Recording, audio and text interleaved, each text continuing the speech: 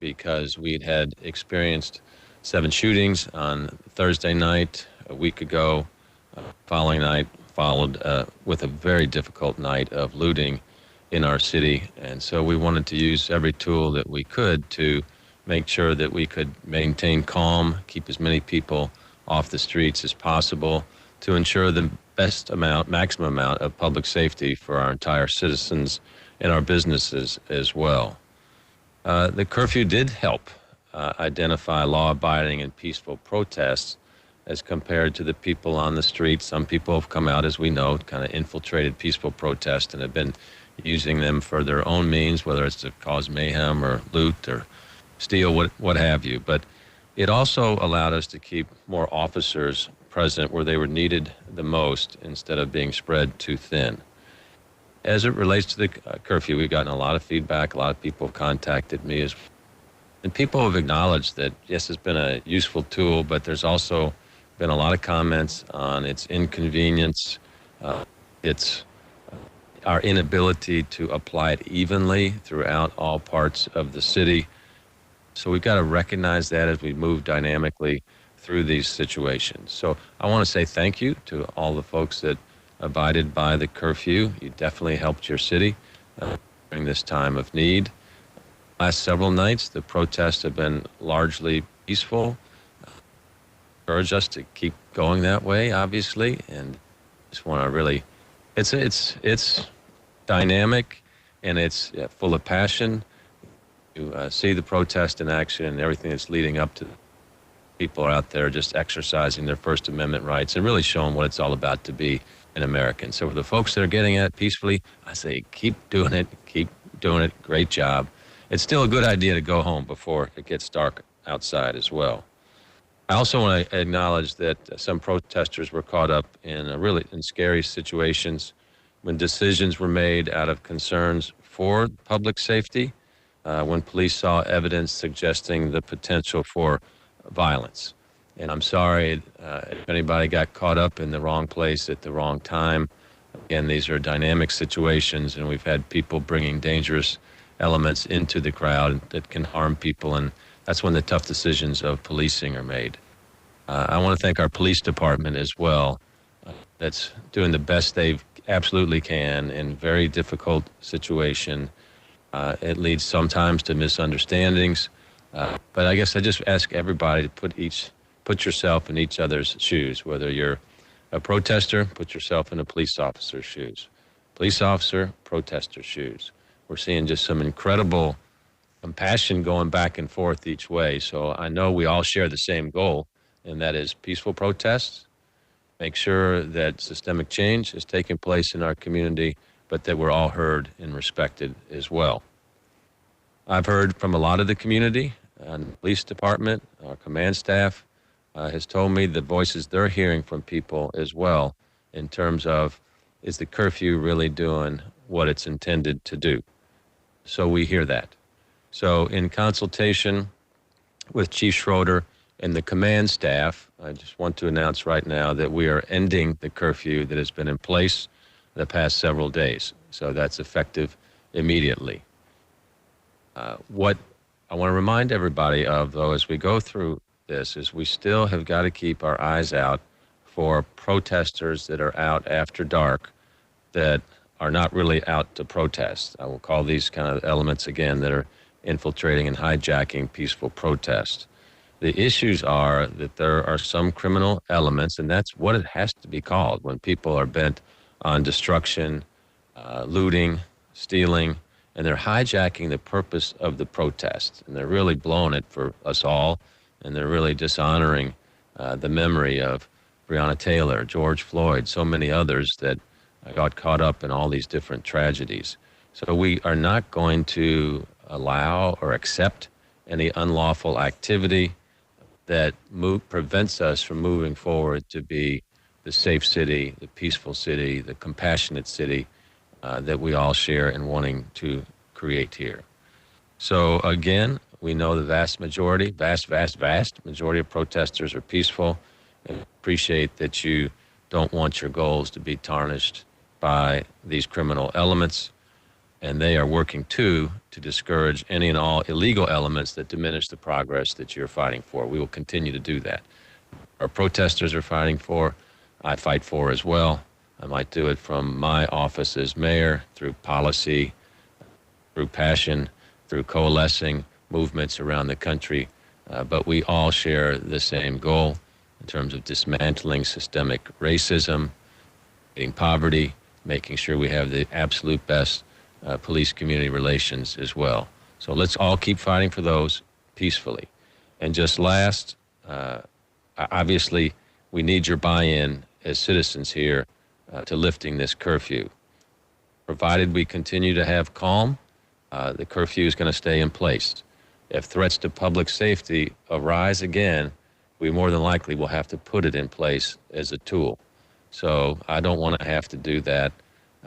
Our citizens don't want that as well. But as I've called for so many times, creating a safe city really is all of our responsibilities on top of the many responsibilities that people have. So please help us with that. If you see anything going awry, please have people chill. Please have people stop that and say, look, our safety is our common responsibilities, folks, as citizens here in Louisville, okay? So effective immediately, the curfew is over. That will take a few questions. Oh, Josh? Okay. Colonel Josh Judah will now have a few comments with us.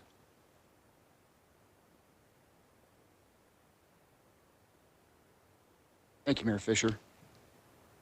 Hi, everyone. I'm Lieutenant Colonel Josh Judah. I'm the Assistant Chief of LMPD's Patrol Bureau.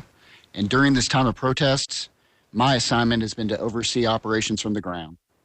Over the past couple of days, we've seen large gatherings start at Jefferson Square Park and eventually take off to walk. And over the past several days, they've gone in many directions, walking several miles over the course of the event. For the past 2 days, we haven't seen assaults on police officers or the number of potential weapons brought into the event venue. That's good for everyone. Those who want to come peacefully protest, and for officers who don't want to have to use tactics to disperse the crowd.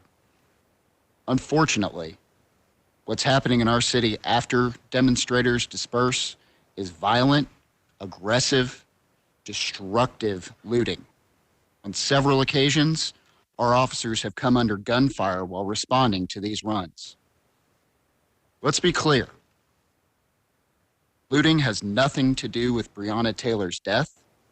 Looting has nothing to do with how the officers of LMPD conduct themselves. Looting has nothing to do with making us a stronger city where residents and police trust each other. Looting is criminal activity fueled by the opportunity these protests provide. It is unacceptable, and we should all denounce it. Much of this looting is happening in the very early hours of the morning when the media is not present and the public isn't seeing it. That's why we put together this video showing examples of what's been happening in our city. SWAT 100, the crowd from BB&T has dispersed. We're pushing west. We're at 26 and Broadway now. Very large crowd in Dino's, 100 plus. Where they left west. SWAT 200, we got several 1015s there. If you start the booking van, please. Right to the booking van. Booking van 1, go ahead. Start for 26 and Broadway. One van or both? Do both vans, please. 10-4. 972 radio. Go ahead. Shots fired, 26 and Broadway. Shots fired. Shots fired, 26 and Broadway.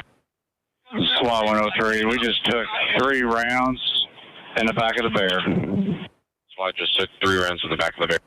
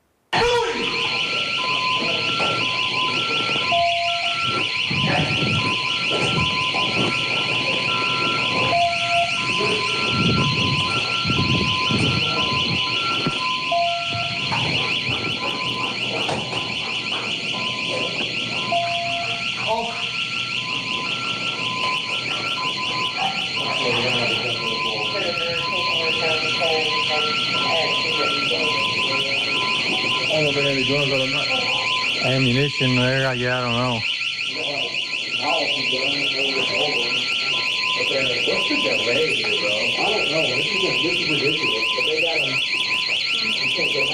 Probably didn't bust in here.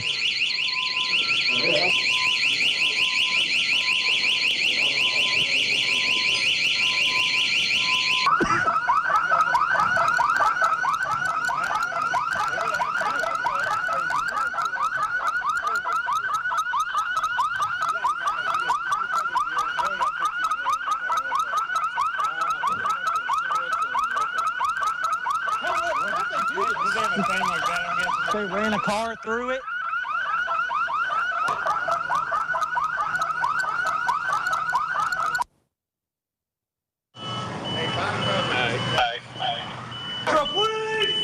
Metro Police! Oh my God.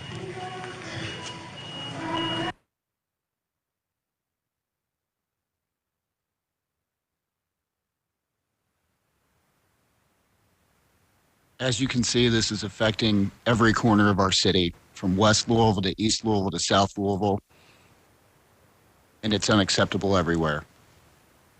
I'd like to close out by asking the public to help us stop this looting.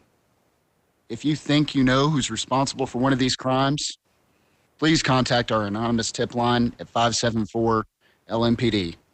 Additionally, the FBI and the ATF are investigating all crimes that involve ATMs, gun stores, or pharmacies.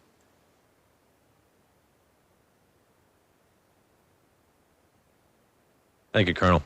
So again, the message is everybody that we're suspending the curfew, but we want the public to be aware that there is criminal elements still taking place. They're using the protest as a way to get to their means, and we just ask everybody to work in conjunction with us to make sure that we're having a safe city here. So those are some examples of the challenges that LMPD faces regularly on their job. Okay, some questions now over here. From Erica Peterson. Mayor Fisher, you say state laws tying your hands when it comes to firing the police officers who killed Breonna Taylor. What, if anything, are you doing to change that law, and how should that law be changed? So, as you know, we put the working group together for our police civilian review council to see how we can improve that. I would expect suggestions will be coming out of that on how we can strengthen our local law, and then suggestions on what kind of state laws we need to change. So once we get a common voice together here in the city on what that is, then I will advocate on the state level for those type of changes. Obviously, that means they have to be made in the state house, in the state senate, and by the governor. So I'll await direction from our commission before I pursue that, but we'll certainly be supporting those suggestions. Let's see. On Saturday, it was said that a lot of the people acting violently are from out of town. Do you believe this is still true? So there we're responding to what happened Friday night, I believe. Friday night was the biggest night of a kind of an anarchic element in our city, and that night is singular in terms of that type of activity. We've had 6 nights of protest, I guess it is. So when there's one night that stands out because of anarchy, you could witness in the crowd, people dressed in kind of the anarchic gear, head to toe in black. I think that's a safe conclusion to arrive to, in addition to the intelligence and comments from locals that we had on the ground also. Now, there's problems within the city as well. There's no question about that. But yes, it does appear that way on Friday night. And in talking to mayors all over the country, many cities have had that same kind of element introduced. Will this video be made available on the LMPD YouTube channel? Absolutely. Will ending the curfew affect the number and type of law enforcement patrolling downtown and the West End? Is the National Guard still utilized? If so, how many? So I'll take all I can right now, Colonel. We'll come back to you on that one. From Darcy Costello, I know you've said state law prevents you from firing and disciplining officers involved in the fatal police shooting of Breonna Taylor, but based on what you know now, do you think they should be fired? My suggestion, Darcy, is that everybody should follow the process so that when it works through the whole professional gamut of people looking at it, number one, getting the facts out. We released the case about 2 weeks ago from our public integrity unit to the Attorney General. And then, of course, you have FBI and U.S. Attorney oversight as well. And now the Attorney General will take this and will decide whether or not charges will be filed. So that's, how the process works. And these are the folks that are going to be really being best equipped to make professional decisions on that. So I will be following that process and then see where we go from there. But I think it's important that the process is followed. That's going to get us the closest to the truth and justice as anything.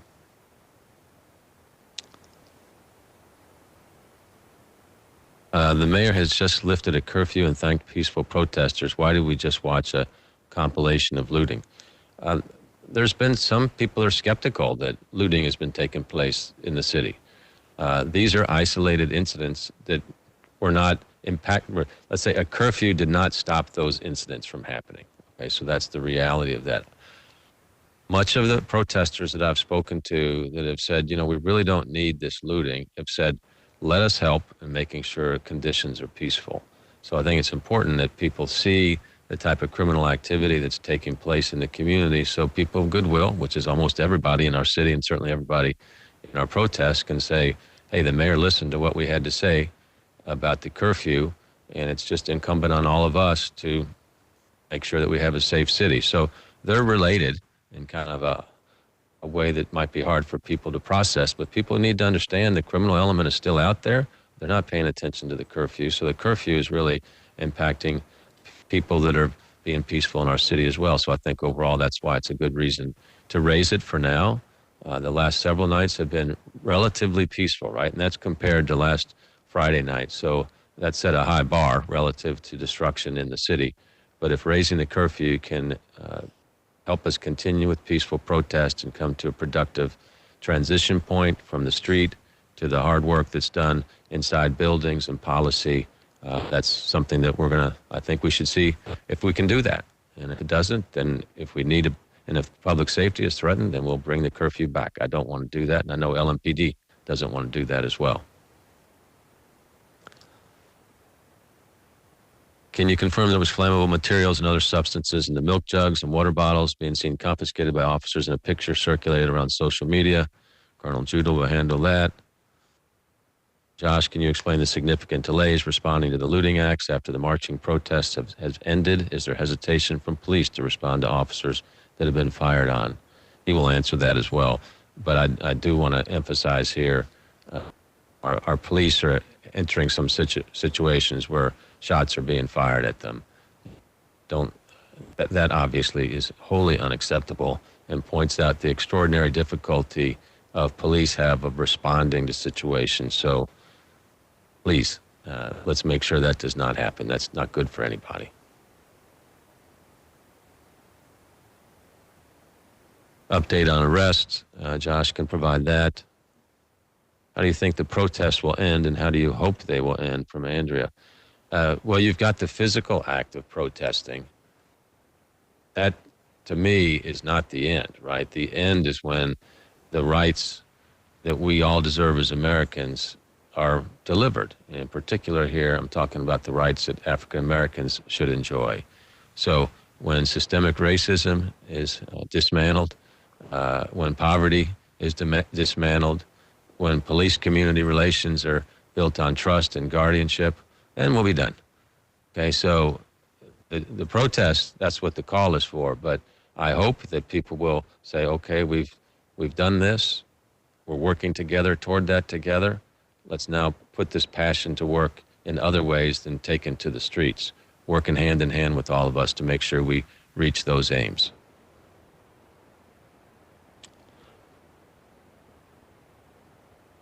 Will we release the 911 calls that led to the officers responding to 26th and Broadway on Monday morning? I'm not sure the timing of that, but all of the evidence related to the cases will be released. And should a mayor have the power to fire police officers in his or her city? We're operating under state law, which is the KRS 67C, that has a merit-based system for police officers. So I'm following that and the collective bargaining unit for the police. What's important for everyone is due process. And I know some people don't think due process was delivered with many of the tragedies that we see. And that certainly is the case in some instances. However, that does not mean as a society that we just throw out the concept of due process. Colonel, would you like to answer the other questions up here?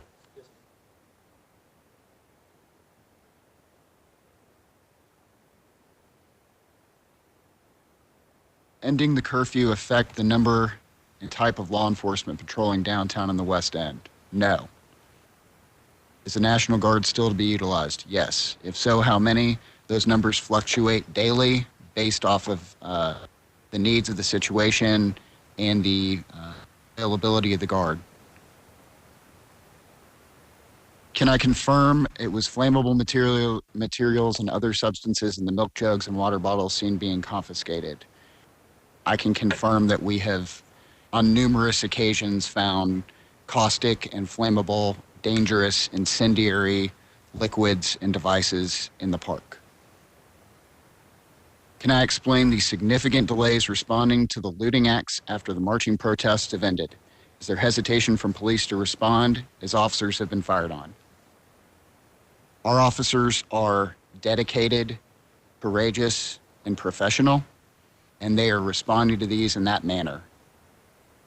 If we need to wait for resources, for armor, for better protection for ourselves and for the community, that's what we're doing in every one of these responses. Sometimes that does involve a delay.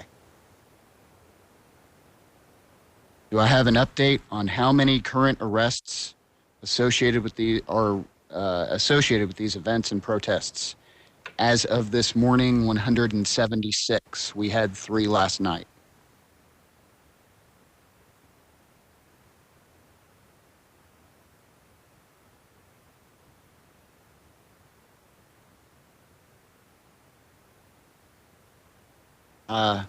Is there a PSU investigation underway into social media posts? I do not have that information right now. Yeah, answer it later. There will be.